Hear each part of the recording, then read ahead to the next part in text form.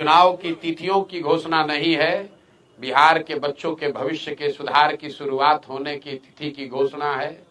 क्योंकि इस बार बिहार जाति, धर्म, नाली गली, मोदी, नीतीश, लालू प्रशांत, किशोर के लिए नहीं, अपने अपने बच्चों के लिए वोट करेगा, अपने बच्चों के पढ़ाई और रोजगार के लिए वोट करेगा, बिहार में बदलाव के लिए वोट पड़ेगा और उस शुरुआत के लिए वोट पड़ेगा जिस सपने को लेकर हम लोग यहाँ आए हैं कि आने वाले 10 साल में इस देश के 10 अग्रणी राज्यों में बिहार को शामिल कराएं। ज्यादा चर्चा इस बात की हो रही है कि एनडीए को नुकसान पहुंचाएगा, तो वाकई किसको नुकसान पहुंचाएगा? दोनों को नुकसान पहुंचाएगा।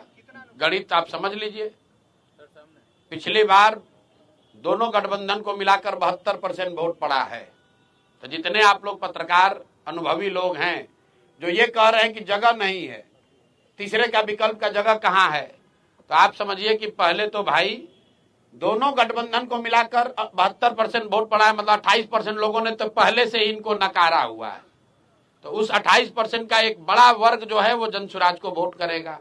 और दूसरा, मेरा जो सबसे बड़ा आलोचक है, आपकी गणना को ही मान ले कि भैया दोनों का वोट थोड़ा थोड़ा काटेगा।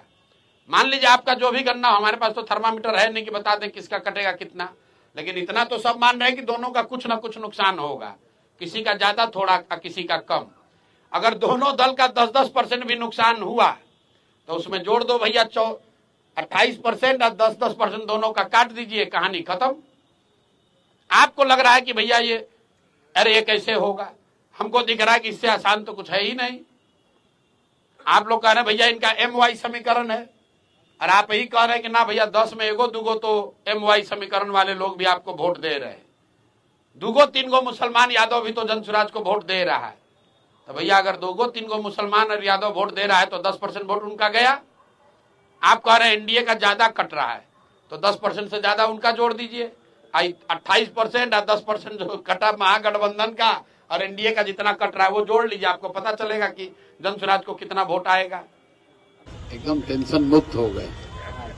टेंशन 3 साल 3.5 साल जो विद्यार्थी पढ़ता है उसको ही परीक्षा से पहले टेंशन होता है। जो विद्यार्थी पढ़ता नहीं है उसको कोई टेंशन नहीं, उसको मालूम है कि पढ़े ना पढ़े हमको फेल ही होना है। जो पढ़ता है वो आदमी टेंशन में रहता है कि भैया हम पढ़े हैं और हमारा परीक्षा अच्छा हो।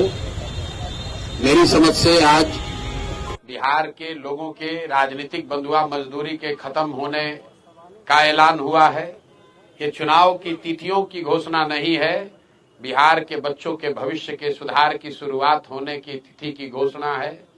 क्योंकि इस बार बिहार जाति, धर्म, नाली गली, मोदी, नीतीश, लालू प्रशांत, किशोर के लिए नहीं, अपने अपने बच्चों के लिए वोट करेगा, अपने बच्चों के पढ़ाई और रोजगार के लिए वोट करेगा, बिहार में बदलाव के लिए वोट पड़ेगा और उस शुरुआत के लिए वोट पड़ेगा जिस सपने को लेकर हम लोग यहाँ आए हैं कि आने वाले 10 साल में इस देश के 10 अग्रणी राज्यों में बिहार को शामिल कराएं। तो यूपी, पंजाब, हरियाणा, गुजरात, महाराष्ट्र से लोग बिहार में नौकरी मजदूरी करने आए, वैसी व्यवस्था बनाने के लिए वोट पड़ेगा। कोई कितना भी प्रयास कर ले, ये परिवर्तित होने वाला नहीं है।